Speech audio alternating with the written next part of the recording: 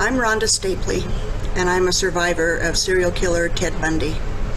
I'm not the only survivor. There are at least 5 other women who have survived an encounter with him, but I might be the only one who can tell you what it was like to be alone in an isolated location with Ted Bundy when he changed from charming and charismatic to a murderous monster.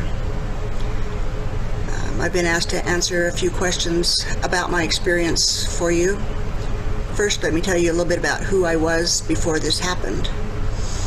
I was a upper middle class pharmacy student. I was attending college at the University of Utah in Salt Lake City. I lived in an on-campus housing, an apartment with 3 other roommates and a cat. I was religious, very conservative, and naive. I didn't smoke or drink alcohol. I've never been in a bar or at a party or anywhere where alcohol was served. I didn't have friends who smoked or drank alcohol. I didn't even know any people that smoked. The people around me were always honest and hardworking, helpful and kind, and I had never experienced violence in any form, and I certainly did not expect to. First question is, could you tell about your encounter that day in 1974 with Ted Bundy? Let me tell you, first of all, I've written a book about that encounter, and you can learn a lot more from this book, much more detail about what happened than I'll be able to tell you now. But this is available on Amazon, or you can email me and I can arrange to get a copy for you. This happened on October 11th, 1974. I had a pair of brand new hiking boots. These were over the ankle, high top hiking boots, like waffle stompers. They had shoelaces that just were way too long for what was needed. And I ended up wrapping those shoelaces around and around the top of the boot about 3 times and then tying them and double knotting them. The point being that these shoes were on really well, and that will be important later on in my escape. I had taken a city bus downtown. This was a Friday afternoon. I had taken the bus downtown because I had a dental appointment. And after the dental appointment was over, what I had done was some dental surgery. I had stitches, a suture line all across my gum line on the inside. So my mouth was going to be very sore after it got unnumb. When the appointment was over, I decided to walk to a local park and kind of break the new shoes in. And so I did that. I walked over to Liberty Park. I walked around for a while, and after so much time, I decided that my face was starting to become unnumb, and maybe I better find a bus and get back up to campus and back up to my apartment. So I went to a bus stop, and while I was waiting there, this tan Volkswagen drove by. Drove by really slow, kind of passed me up, and then it stopped and backed up to where I was. The driver leaned over and rolled down the passenger window and asked me where I was going. I told him I was going up to the university, and he said, "Me too, hop in." I told him I was a pharmacy student. He told me he was a law student. This was 1974 in Salt Lake City. I knew better than to hitchhike. Everyone knew better than to hitchhike, and this didn't feel like hitchhiking. This felt like a friendly college student helping another college student. It didn't feel scary, and I wasn't alarmed in any way, and it didn't feel wrong. After I got in the car, in just a couple of blocks, he turned a direction that wasn't the normal route to go. And instead of taking me to campus, he drove me up a nearby canyon. Actually, we drove up a couple of canyons, but the first part of the trip was pleasant, and he was polite and nice. And when I asked him why we were not going directly to campus, he reassured me. He said, "You know, I hope you don't mind. but I have a really short errand to run up by the zoo. And I didn't mind. I was with a handsome, somewhat handsome looking, bright, blue-eyed law student. I thought it was my lucky day. I was making a new friend. So we drove up the zoo canyon, and we didn't stop at the zoo, of course. There was obviously no errand to run. But when we came out of that canyon, we should have turned to the right to go back to campus, and instead he turned left and started going up another canyon. Up until that point, he'd been talking to me just the way two people that don't know each other very well talk to each other, talking about the weather and talking about campus and talking about the new bookstore, talking about what we liked and what we didn't like, and music groups and things like that. But when we started up that second canyon, the ride changed. I still wasn't frightened. I'm still thinking he's just taking me for a ride, but I'm starting to get nervous, more of a shy nervousness. I'm thinking that he's driving up this canyon to find a place to pull over and park and make out. And I'm not a make-out girl. And what I want to do is just go home. My mouth is starting to hurt by now, and I don't want to make out, but I also don't want to have him think I'm a prude or embarrass either of us in either way. And so I just wanted to figure out how to get out of this situation the best way that I could. And before long, he found a isolated picnic area and drove the Volkswagen into that area and parked it back in the trees. And then he turned in his seat so he was almost facing me and leaned in really close. Of course, I thought he's going to try to kiss me, and my mind is going, how can I get out of this, and gracefully. Instead, he very quietly, very softly said, "Do you know what? I'm going to kill you." And his hands went to my throat, and he started choking, shaking me and squeezing my throat. There was a battle in the car, and then I went unconscious. And when I came to, I was out of the car, laying on a picnic table. And as soon as I was conscious again, he jerked me off the picnic table and was slugging me in the stomach. So I was curled up on the floor in the canyon, crying and begging for my life and asking him not to hurt me anymore. And he looked scarier and angrier than anybody I've ever seen. His eyes were no longer blue, they were black. Pupils, almost like he had totally, all his whole eyes were pupils, and they seemed to be sunken in and just vacant. There was no soul there. And he was angry. His fists were clenched, and he had veins bulging on his forehead and his neck, and his face was bright red, and he is screaming at me. And he said, very much louder than I'm going to say, but he said, "You don't have the right to whine and cry at me. You should be thanking me. You should be grateful that you're even still alive. I can kill you anytime I want. You should be thanking me that you're even still breathing air. Are you grateful?" And I nodded. He says, Are you grateful?" Yeah, I'm grateful." "How grateful? How grateful are you? Are you this grateful?" And he unzipped his pants.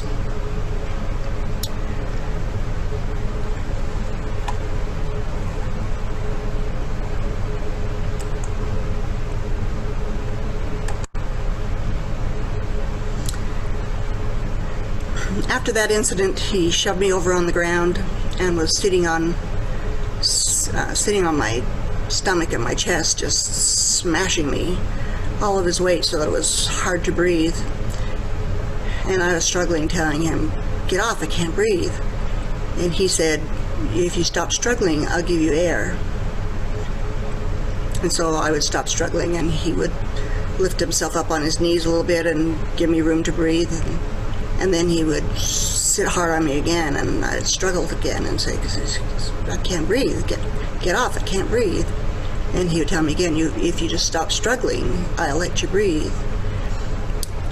And then he put his hand over my nose and mouth and cut off my air that way.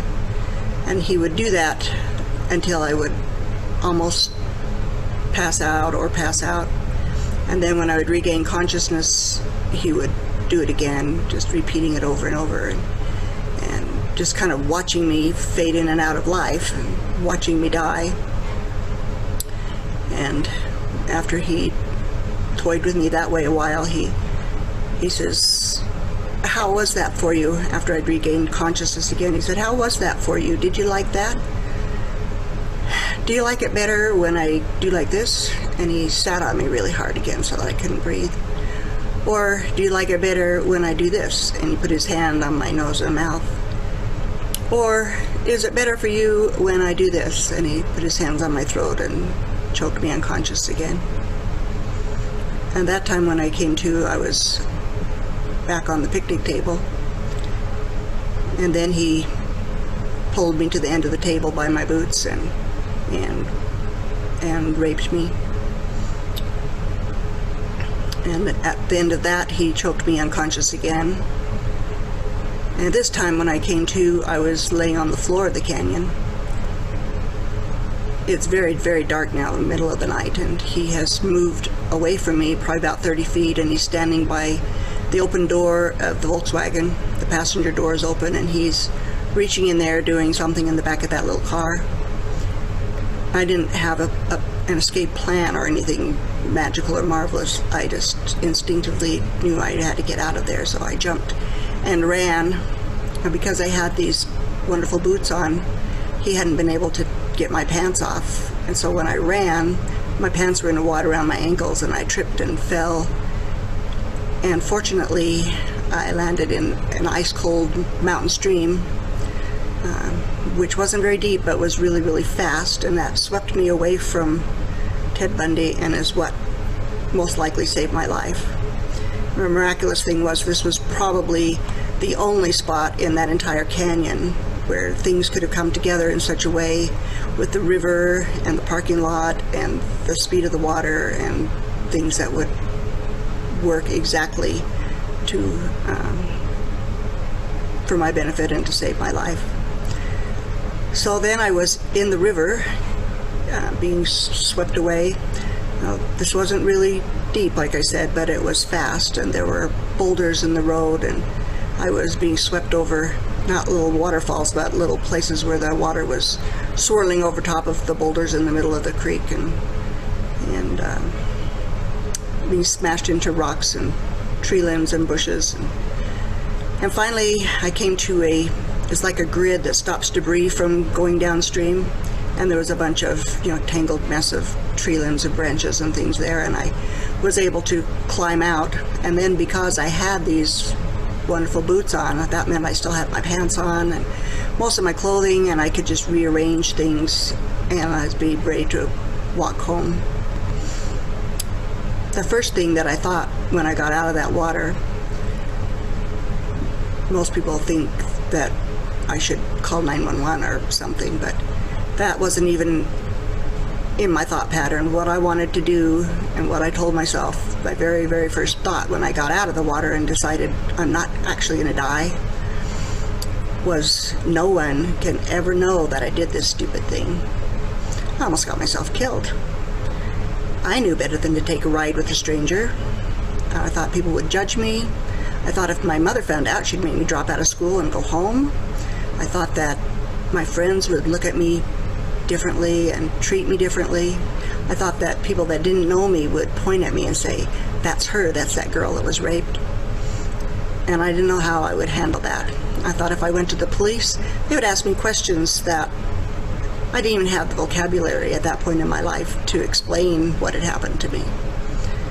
And I decided that the very best thing for me to do was just to suck it up, pretend it never happened, and go on with my life. And that's what I tried to do for the next several years. Question number 2. See if I can find it here. Sorry. is when you fled from the hands of Bundy, did you feel afraid of being caught again? I did, but one of the things that had happened was my self-esteem had been destroyed.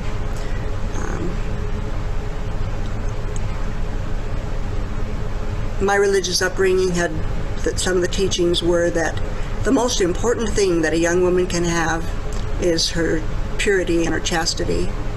And if it comes to a choice of giving up your chastity or your life, you would be eternally better off if you gave up your life and saved your virtue. So I had these feelings of being filthy and unworthy and never be worthy of marrying a nice religious man from my religious group, and I was afraid that people would judge me, and just so many reasons I decided that I needed to not tell anybody what had happened. As far as Ted Bundy goes, yes, I was afraid he would find me. I had with me at that time, that probably was left in the Volkswagen, my backpack that had my driver's license and my school ID. Fortunately, they had old addresses. I had moved since I'd had the licenses and IDs printed.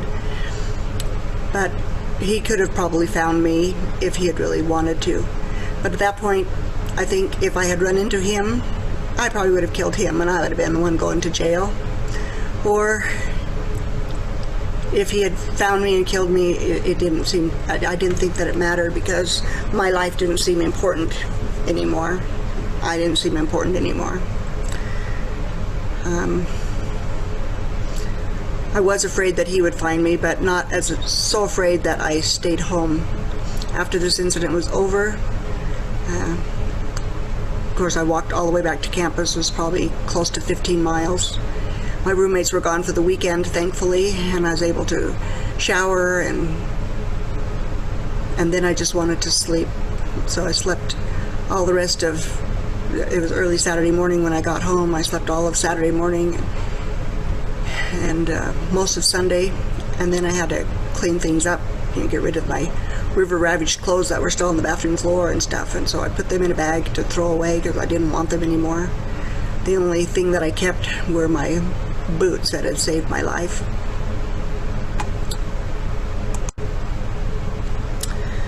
Question number 3 says, from your point of view, what was Bundy's personality and actions like from the beginning to the end of your meeting with him? When I met him, he seemed charming and charismatic. He seemed well-mannered and well-educated. When he talked, his sentences were on target and, on subject, and he sounded like he knew what he was talking about. He didn't seem nervous or upset. I've heard that he usually was inebriated and had some alcohol before an encounter, but I didn't smell alcohol. He just seemed nice and friendly and a little bit maybe shy. I was having to do a lot of the conversation. And then when we started going up the second canyon, and is when he kind of changed, and he stopped talking to me. His hands were just on the steering wheel, or just driving and not answering my questions or contributing to our conversation in any way. When we got to the car, I still wasn't frightened. I just was uncomfortable when we got to the parking place when he parked the car, until he said he was going to kill me and put his hands around my throat. And then I noticed his eyes had just changed to black, and he was no longer nice or polite in any way whatsoever. The next question has to do with PTSD.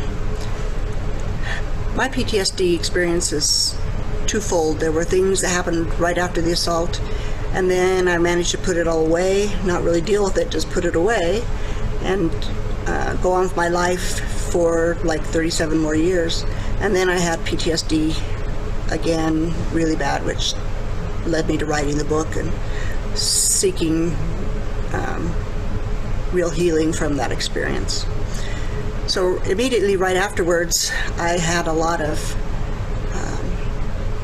anxious energy, and I just felt like running. In the middle of the night, I couldn't sleep, and I just wanted to go outside and run. And of course, by shortly thereafter, people were talking about girls missing, and some bodies were being found in canyons, and nobody was going anywhere by themselves. And my roommates were telling me it's dangerous to go outside. You can't go out there by yourself. And I told them, I don't care. I'm going. I gotta go run. And they would insist on coming with me. Especially this one roommate would say, "Okay, but you wait. I'm going to get my clothes on. I'm going to come with you. You're going to get killed. I'll get killed with you." Of course, we never re-encountered him, but we did a lot of running in the rain and the snow, and burning off excess energy that way. And then I found this sleeping pill. It was called Placidale. It's not on the market anymore, thankfully, but I hadn't slept for several weeks, and when Carol Durant was kidnapped and Deborah Kent disappeared, and Carol Durant gave a description of him in his car, and I knew that my bad guy was her bad guy, and the handcuff key that was used in the attack on Carol Durant was found in the parking lot where Deborah Kent disappeared from. And I felt that it was my fault. Had I gone to the police earlier or done something, maybe these other women wouldn't be getting kidnapped and disappearing, and bodies wouldn't be being found in canyons. And I had a whole bunch of guilt, and I was totally unable to sleep. And I acquired this bottle of sleeping pills. And I thought, I'm a pharmacy student, and I know that just one pill is not going to kill me, and I didn't want to die. I just wanted to close off the emotions for a little bit and maybe go to sleep. And so I tried one pill on a weekend when my roommates weren't home. And what happened, I expected to just gradually start feeling drowsy. But what happened was that all of that pain and anxiety and fear and horribleness that I was feeling just drifted away. It was like a euphoric moment, and I felt better than I had felt for the month since it had happened, and I wanted to stay feeling like that all the time. So I started taking Placidale more often and more often.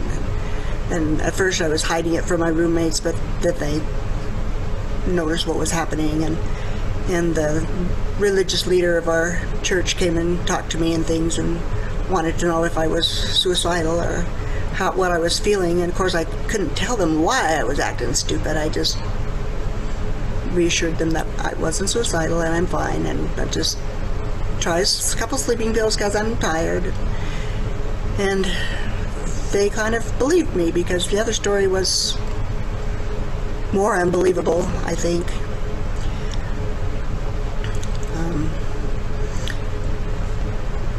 So I managed to graduate college, and I got a good job in my career. I was a pharmacist. Had a good paycheck coming in. I met a wonderful man, married him, raised kids, have 2 daughters. They're grown now. I was active in my community and in my pharmacy career, and active in my church. Went to Disneyland with the kids, did all the things parents are supposed to do, and I shoved all those feelings and emotions about Ted Bundy so far down inside that I thought they were gone. Of course, they weren't gone. I hadn't really dealt with them. I just had shoved them down. And one day, like 37 years later, I was at work at the pharmacy job, and we had a new manager that decided he was going to yell at me. And so he called me to the office, and he says, "I have proof, absolute proof, video evidence of you committing a very serious company policy violation." And I'm going through my mind thinking, what did I do? I don't do Placidale anymore. I haven't done for years. And I'm not a stealer, and try hard. I don't think I misfilled the prescription. I don't know what he could be thinking of that I did. That was a fireable offense. And he handed me a picture from the security camera that showed a girl holding something in her hand. And he says, "You see her? That's a technician that I just fired." Because he fired the other pharmacist and another pharmacist and the technician, and he was thinking about firing me. And he says, "This is a technician that I just fired, and look what she's got in her hand." And I didn't know what it was. Could have been a pencil, or, you know, the picture was fuzzy and grainy, but something long and skinny she had in her hand. And he said, "That is a piece of red licorice. And look at this.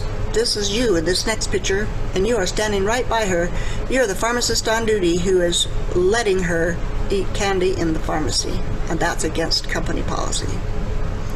And I thought, whoa, you know, all the pharmacists don't get breaks, so they can eat in the pharmacy, and it just seems wrong to have M&Ms or potato chips or something and not share them with the technicians who are working right by you.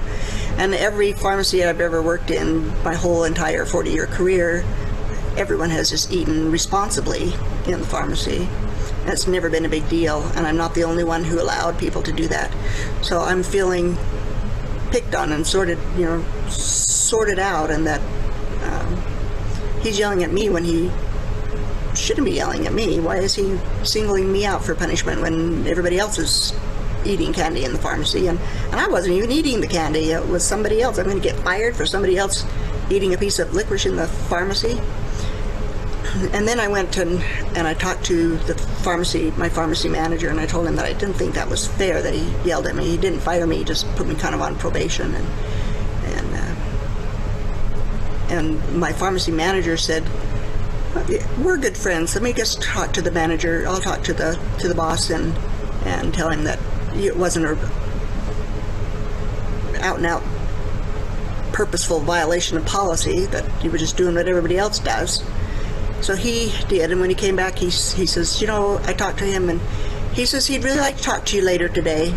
And so I went on my lunch break, and I took my phone to the car where I could have a private conversation with the boss, and I called him up, and he said to me, "Rhonda, you don't have the right to tell people that I'm treating you unfairly, and you don't have the right to cry and whine at me. You should be thankful that you're even still employed by this company. I could fire you anytime I want." And those words just were so familiar to me, and the same voice inflection and everything that Ted Bundy had used all those years ago when I was on the canyon floor crying and begging for my life, that all those stored up feelings just burst through. And I found myself in a really serious PTSD place, with nightmares and flashbacks and panic attacks and noise in my ears, and just whatever symptom of PTSD you can think of, I had. And that's when my family noticed that I was angry. I had a lot of anger that had been there for all those years too, and they said, you need to take a pill or see a doctor. And so I secretly went and found a psychologist and started talking to him and working through the PTSD symptoms. And that's how the book came about. I didn't really intend to write a book. I just wrote it as a way of expressing it. I thought if it's hard to talk about it, if I write it down, then maybe I can write it down and read it back 3 times, and then I will feel better because I've expressed it, and then I can burn the little notebook and put it back where it was for all those years, and my life will go on again nice. And, that journaling turned into the book, because at that point I had realized, through therapy and so forth, that it wasn't my fault that all those women died. That Carol DeBranche told about him, gave a description, and that didn't keep him from killing people. And if I'd come forward, he might have sold his Volkswagen, he might have moved to Ohio or somewhere, but he would not have stopped killing, because he was not a stopper, he was a killer. So I have been able to put that pretty much behind me now with some skills and some ways of staying in the present and dealing with the panic attacks when they start coming on and things, and the nightmares have pretty much gone away, and I'm pretty much back to my old self. I've got a little business on the side. I've retired from pharmacy now, so I don't have to deal with crazy bosses. And I'm doing good now. My kids are grown, I have grandkids, have pets. Life is good.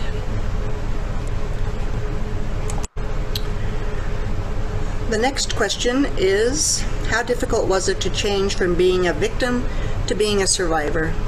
I don't consider myself a victim of Ted Bundy. I think I was for a while. And then each time, kind of, as I was working on healing through this, and I would stop the Placidil, and I would start making friends and start going on dates and start living my life, then something would happen, like he would escape from Colorado jail, and that would just tip me upside down again, and then I would just start getting my life back again, and he escaped again, and then I just get my life back again, and he's murdered people in Florida, and it seemed like there's just always one upset after another upset. But through therapy and through just people being nice to me, and through the positive responses to my book and stuff, I have figured out that it wasn't my fault. It's never the victim's fault.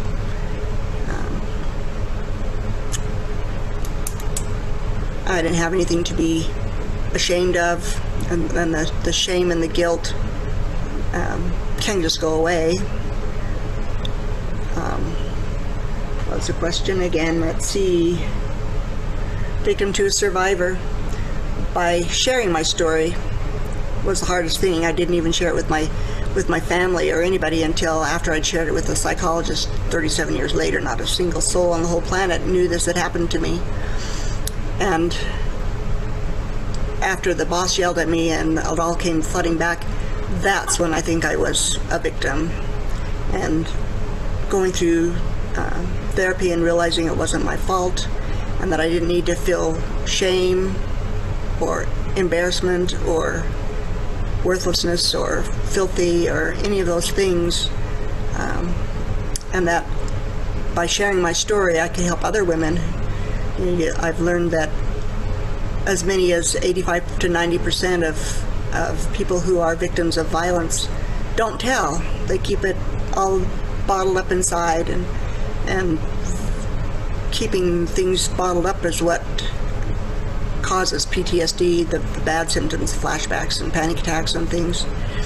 And I think that maybe my story can be inspirational to other women who are keeping these deep, dark secrets, and encourage them to find a way of beginning their healing process and finding somebody to talk to about it. And if I had a message to tell other just women, if somebody comes to you and chooses you to be their go-to person, the one that they have chosen out of the whole world to confide in, to first of all believe them, and second of all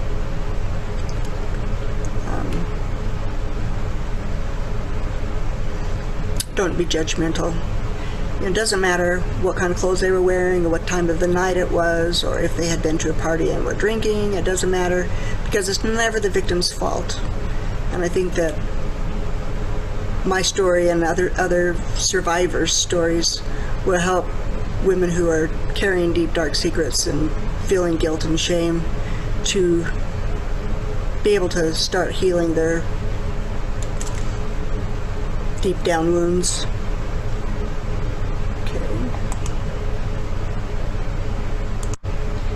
And then the next one is, when you found out that Ted Bundy had murdered so many girls, how can you be a survivor of that murderer? I don't really understand that question. Another question is, how do I feel about this event today? Today I feel still a little bit embarrassed about it. It's probably because by going public with it, I put myself in a position where people are wanting me to talk about it and inviting me to do things like this video and so forth. And because I'm a very shy, quiet person, these things put me completely out of my comfort zone. But I will say that this event with Ted Bundy is one of those things in life that I wish had never happened. Another question is, many girls are sexually assaulted today. Do I have any advice for them?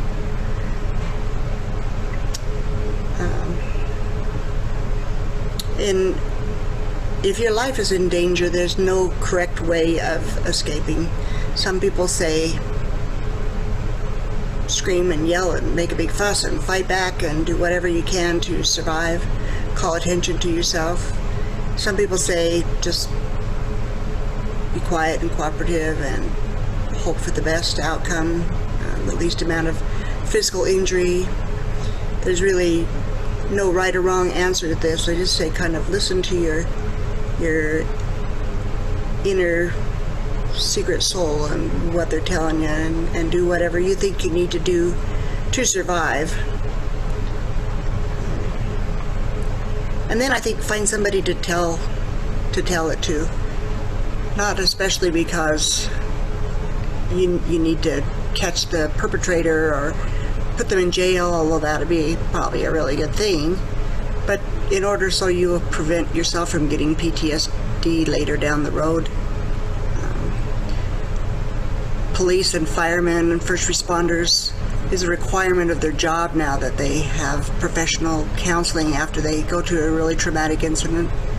After school shootings and things, there are crews of psychologists rush to that area trying to talk to as many victims and survivors and witnesses as they can so that everybody has a chance to express their feelings and not hold them in, and hopefully they will cut down the number of PTSD cases somewhere farther down the road. And I would encourage these young people who are being victimized to start their healing process, and hopefully a little earlier than 37 years later. If Ted was alive today, what would I say to him? I'd probably ask him why. Why? That's just why. Why would you kill people, and why did you choose the people that you chose, and why even would you? What would drive you to do that? And what, if anything, could anybody have done at some point earlier in your life to stop you that would have prevented you from starting this murderous career?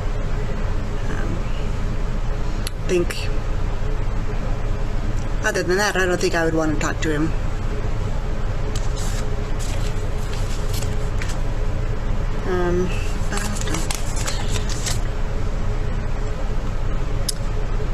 Have I seen the movies and documentaries that are out recently, and what do I think of them? Have I seen them? I have seen them. I've seen all of them. I think they're important. Young people today, some of them don't even know who Ted Bundy is. When I was getting ready for my book to come out, I was talking to one of my pharmacy interns, and I said to him, so do you know who Ted Bundy is? And he said, did he play football? No, he didn't play football. People don't, people are forgetting, and not especially that they should remember Ted Bundy, but they should remember what he did and be prepared to not let that ever happen again. Whatever we can do to stop people like him from doing things like he did would be a really good plan.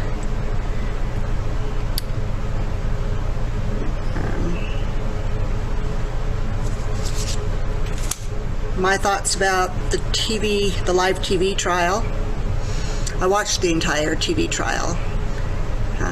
Part of it was fascinating, very interesting and educational, because I've never been to a murder trial before, and it kind of let you into the courtroom to learn how trials and things work and function. Part of it was disgusting, the way that Ted Bundy was dressed like a lawyer and not like a prisoner, and acting as his own lawyer, and flirting with the people, of the women in the audience, and how he managed to get himself married. Totally disgusting that he could kind of put on a show and make it all about him and not about the victims.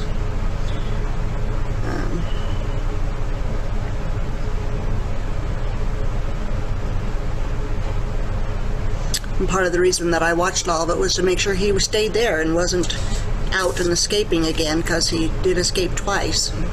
I wanted to make sure he was there, so I watched and tuned in every day to make sure he is where he's supposed to be. Then they want to know the feelings, my feelings when he was executed.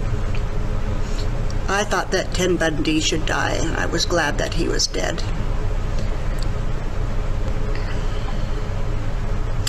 I didn't feel any special vindication for myself. It was 15 years too late, and not on my behalf. Most normally, I would not condone the death penalty. I know that things can happen, things can go awry, whether it's anger or rage or jealousy or drugs or alcohol or whatever reason.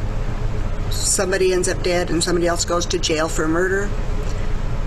Most of those people are not murderers at heart, and they're not going to recommit.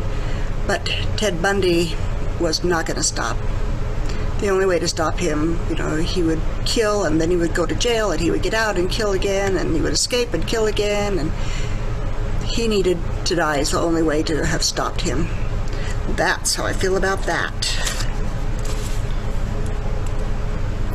Do I think that my resilience has been an inspiration to other people?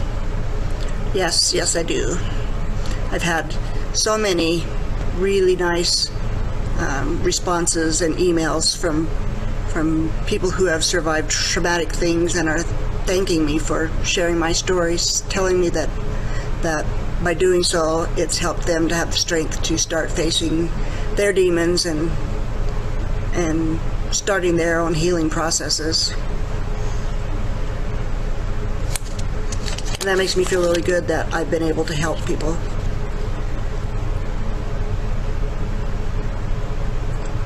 I hope that you guys can take something from my message.